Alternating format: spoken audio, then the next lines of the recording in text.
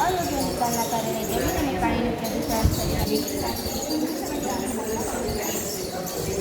તો આપણે લિસ્ટ બનાવવાની મુખ્ય ઉર્જા ઉત્પાદન કરવી, નિયંત્રણ રાખવું અને સંસાધનોને રિસાયકલિંગ કરવાનું છે. આ પ્રોજેક્ટ સિદ્ધાંત છે જે સમસ્યાની વિદ્યુત ઉત્પાદન કરે છે. આ પછી મારી સાથે બાળ તો સૌ પહેલાં પ્લાસ્ટિક કચરાને લોખંડના બોક્સની અંદર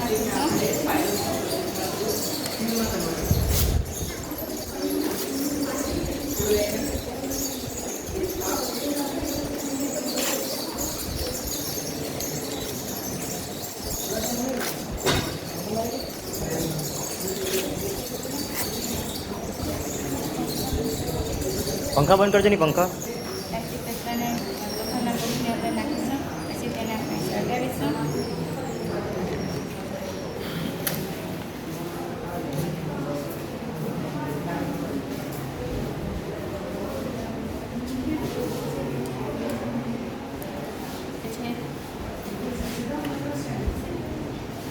જેમ જેમ પ્લાસ્ટિક સળગે તેમ તેમ ગરમી ઉત્પન્ન થાય અને આ ગરમી જારના બોક્સની આસપાસ મૂકવામાં આવેલા હીટિંગ પેનલ દ્વારા શોષાય છે અને હીટિંગ પેનલ ઇલેક્ટ્રિસિટી છે ને સિદ્ધાંતનો ઉપયોગ કરી વિદ્યુત ઉર્જામાં રૂપાંતરિત કરે છે. જે તમે આપણે જોઈ શકો છો. આ ઇલેક્ટ્રિક બલ્બ સળગે છે.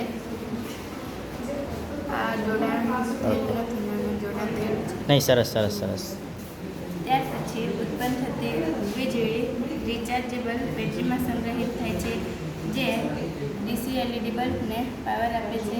જે તમે જોઈ શકો છો. આ બલ્બ સળગે છે.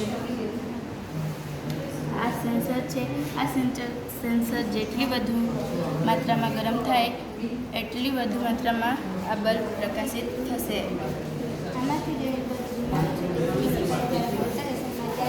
છે અને એટલે સ્વિચ છે તેને ફિલ્ટરેશન સાથે જોડવામાં આવેલું છે. આ તમે ફિલ્ટરેશનના અવાજ સાંભળી શકો છો.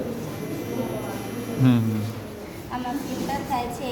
કાર્બન ફિલ્ટર હાનિકારક કણો અને વાયુને રોકે છે અને ધુમાડાને ઘન કાર્બનમાં રૂપાંતરિત કરે છે.